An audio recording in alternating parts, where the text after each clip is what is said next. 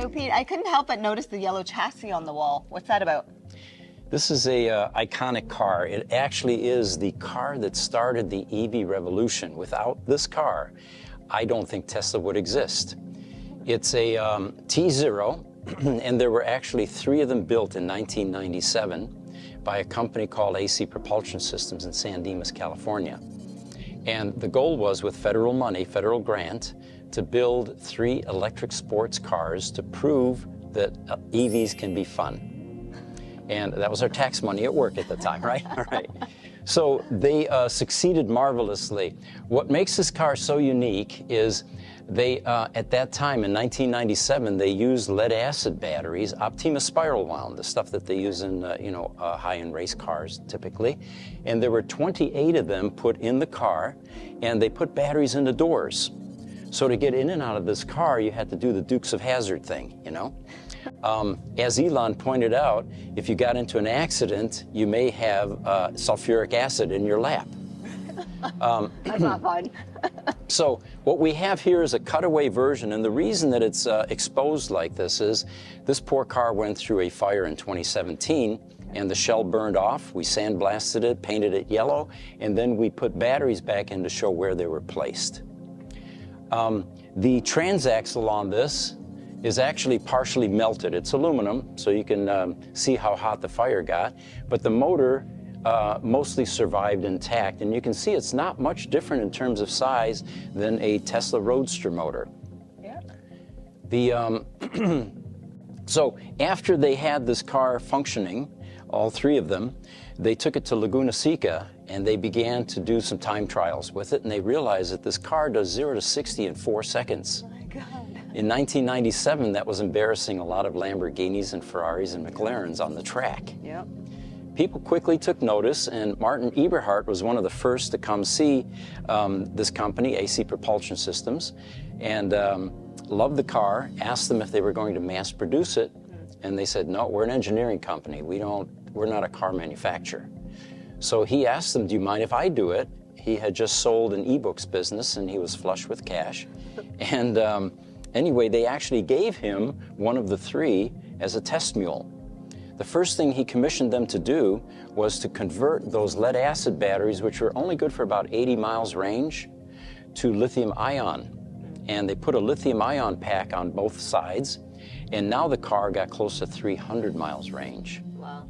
Now they realized they had a viable market for an electric EV sports car.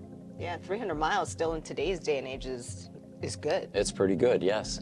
Right. 6 months later or so, Elon Musk heard about the car. He was allegedly at a candlelight vigil in the Bay Area where people were mourning the passing of the GM EV1, which was crushed. GM wouldn't let the owners keep the cars, even though they thoroughly enjoyed them. And he looked around. This is the legend, or the story anyway.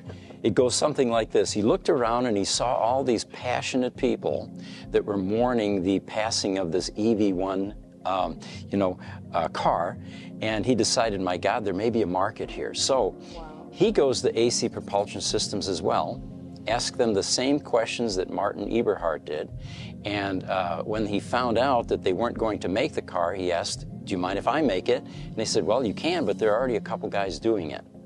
That's how Elon got acquainted with Martin Eberhard and Mark Tarpenning, who had already begun to lay the seed for building an electric sports car. They weren't large enough to actually build car bodies back then. They had a shop about this size.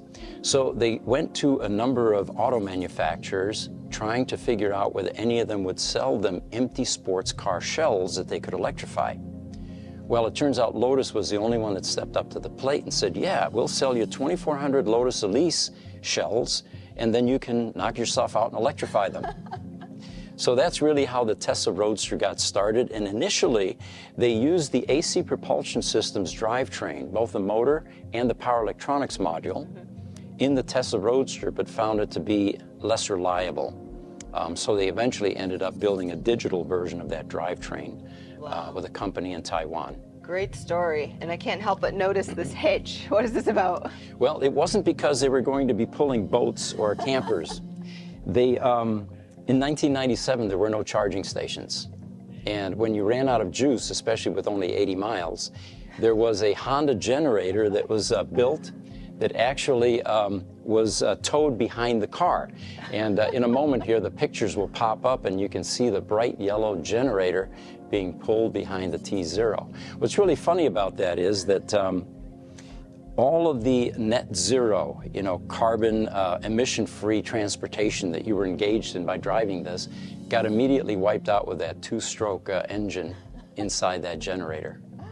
Yeah, that's a picture you don't want to see, right? An EV vehicle charging off of a generator. So we bought this in 2017, early 2017. I took it to a number of car shows, and it was way ahead of its time. It not only had regen braking, but it had adjustable regen braking. So when you dialed it all the way to max, you were definitely doing one-pedal driving, because if you let off the accelerator, it was starting to stop the car.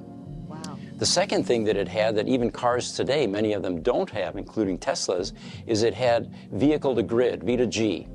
So you could essentially make this storage system, the DC storage system, part of your solar system in your house, or charge another electric car if you chose to do that. But you were able to have an input and an output to that DC energy. Yeah, it's unbelievable that they already thought of those ideas back then, and now we're only seeing OEMs apply those ideas today. That's incredible. The design is actually the brainchild of Al Capone, and that's what AC stands for. Everybody thinks it's alternating current because AC/DC.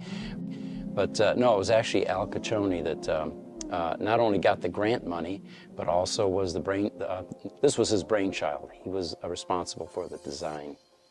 Absolutely amazing story.